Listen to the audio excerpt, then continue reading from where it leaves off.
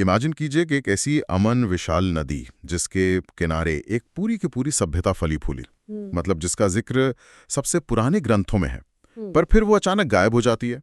सदियों तक लोग मानते रहे कि वो सिर्फ एक कहानी है, एक मिथक है। लेकिन क्या हो अगर अंतरिक्ष से ली गई तस्वीरें उस कहानी को सच साबित कर दें? चलिए इसे थोड़ा विस्तार से समझते हैं। आज का हमारा मिशन है प्राचीन हिंदू शास्त्रों में वर्णित पवित्र सरस्वती नदी के उल्लेख और उसके बाद आधुनिक विज्ञान द्वारा खोजे गए इसके ठोस प्रमाणों की पड़ताल करना। बिल्कुल, और ये सिर्फ इतिहास या धर्म का मामला नहीं है।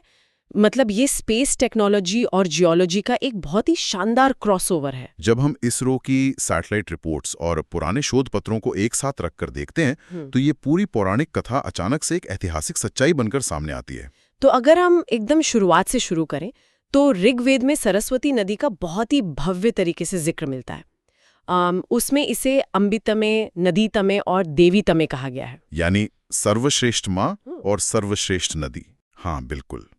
और ये यमुना और सतलज के बीच बहने वाली एक अत्यंत शक्तिशाली नदी थी जो पहाड़ों से निकलकर सीधे समुद्र तक जाती थी। और यहाँ सबसे आकर्षक बात यह है कि ये सिर्फ एक धार्मिक श्लोक नहीं है, बल्कि इन प्राचीन ग्रंथों में एक पूरा इकोलॉजिकल शिफ्ट दर्ज है। Ecological shift? हाँ, क्योंकि अगर हम बाद के वैदिक साहित्य को देखें, जैसे अत्रेय ब्राह्मण ग्रंथ या महाभारत, तो उनमें इस नदी के क्रमिक रूप से सूखने का पूरा वर्णन है। बाकायदा विनाशन नाम की एक जगह का जिक्र है जहां ये नदी मरुस्थल में लुप्त हो जाती है। ये दर्शाता है कि ये ग्रंथ एक बहुत बड़े भौगोलिक बदलाव का ऐतिहासिक दस्तावेज भी हैं। और यहाँ ये विषय और भी दिलचस्प हो जाता है, क्योंकि जो बात महाभारत या वेदों में लिखी थी उसे अब स्पेस टेक्नोलॉजी बैकअप कर रही है। मतलब हमारे पास अंतरिक्ष से ली गई तस्वीरें हैं, इसरो के IRS और रडार सैट जैसे एडवांस सैटेलाइट्स का डेटा है। सही कहा। और ये रडार टेक्नोलॉजी इसलिए इतनी कमाल की है क्योंकि ये सिर्फ जमीन की ऊपरी सतह की फोटो नहीं लेती, ये थार मरुस्थल की सूखी रेत के अंदर तक पेनिट्रेट कर सकती है। मतलब वो सूखी रेत के नीचे झांक सकती है। तो जब उन्होंने उस रेत के नीचे देखा तो उन्हें एग्जैक्टली क्या मिला? उन्हें 4 से 10 किलोमीटर चौड़े पेलियो चैनल मिले। पेलियो चैनल यानी जमीन के नीचे दबे हुए नदी के प्राचीन सूखे रास्ते। हाँ एग्जैक्टली। और 4 से 10 किलोमीटर की चौड़ाई का सीधा सा मतलब है कि ये कोई छोटी मोटी बरसाती नदी नहीं थी, बल्कि एक बहुत ही विशाल जलधारा थी। पर एक बात बताइए, ये कैसे पता चला कि नदी हिमालय से ही आ रही थी?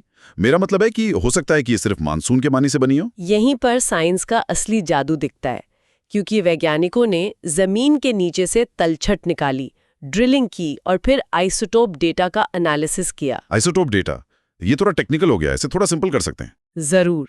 देखिए, पानी के हर सोर्स का अपना एक खास केमिकल फिंगरप्रिंट होता है जिसे हम आइसोटोप कहते हैं। बारिश के पानी का फिंगरप्रिंट ग्लेशियर के पिघले हुए पानी से बिल्कुल अलग होता है। अच्छा, तो जब वैज्ञानिकों ने जमीन के नीचे मिले पानी के आइसोटोप्स चेक किए तो वो सीधा हिमालय के ग्लेशियरों से मैच कर गए। ये पूरी तरह से साबित हो गया कि ये मानसून पर निर्भर कोई छोटी नदी नहीं थी, बल्कि हिमालय के ग्लेशियरों से पोषित एक 12 मासी नदी थी। तो फिर इतनी विशाल नदी सूखी कैसे?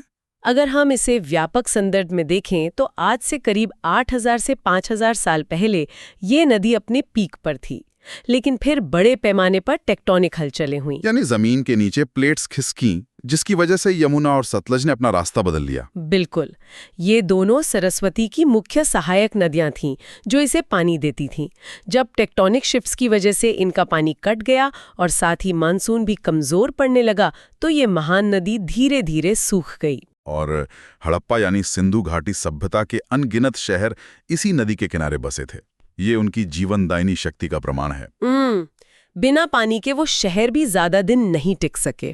तो इस सब का असल मतलब क्या है? आज के दौर में ये समझना बहुत जरूरी है कि कैसे टेक्टोनिक बदलाव और जलवायु परिवर्तन किसी विशाल नदी और उस पर निर्भर पूरी की पूरी सभ्यता का नामो निशान मिटा सकते हैं। सही कहा। ये वर्तमान जल संकट और पर्यावरण संरक्षण के लिए एक बहुत बड़ा सबक है कि नेचर के सामने कुछ भी परमानेंट नहीं है। और इससे एक महत्वपूर्ण सवाल उठता है जिस पर भविष्य में और चिंतन किया जा सकता है। यदि आधुनिक उपग्रह तकनीक प्राचीन शास्त्रों में वर्णित एक लुप्त नदी को जमीन के नीचे से ढूंढ सकती है, तो दुनिया भर की अन्य सभ्यताओं की किन किन पौराणिक कथाओं के नीचे ऐसे ही भूले बिसरे भौगोलिक रहस्य दबे हो सकते हैं जो बस खोजे जाने का इंतजार कर रहे हैं?